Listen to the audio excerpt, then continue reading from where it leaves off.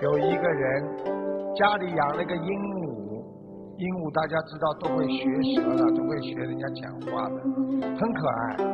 那个时候呢，有一个来访的朋友到了这个女主人的家里，他说：“你家的鹦鹉是不是病了？因为鹦鹉老在那里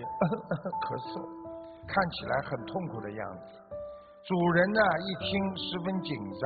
等客人走了之后呢，就带着鹦鹉呢去看那种兽医了。查了半天呢，这个鹦鹉很健康，一点毛病都没有。那么鹦鹉又是怎么会咳嗽的呢？最后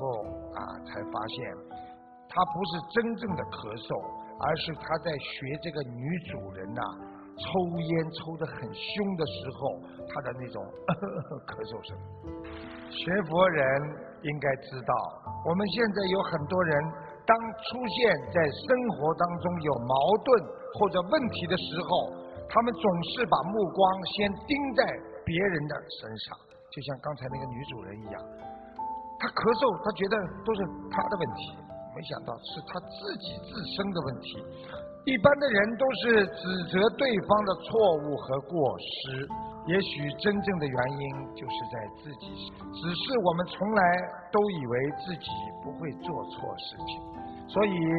我们根本就不会觉察到自己的毛病，更不会自己去改正它。中华传统文化当中讲到，己不正焉能正人，所以修心必须要自修，然后才能度人。在家中的行为举止直接影响到你的孩子，如果爸爸妈妈像菩萨，孩子一定是个小菩萨，所以要像菩萨，你才能让别人跟着你修。所以奉劝所有出去度别人的人都要懂得一个道理，我们要度别人，自己首先要像个菩萨，在家里要想让先生跟你学，你要先像菩萨，先生才会感动。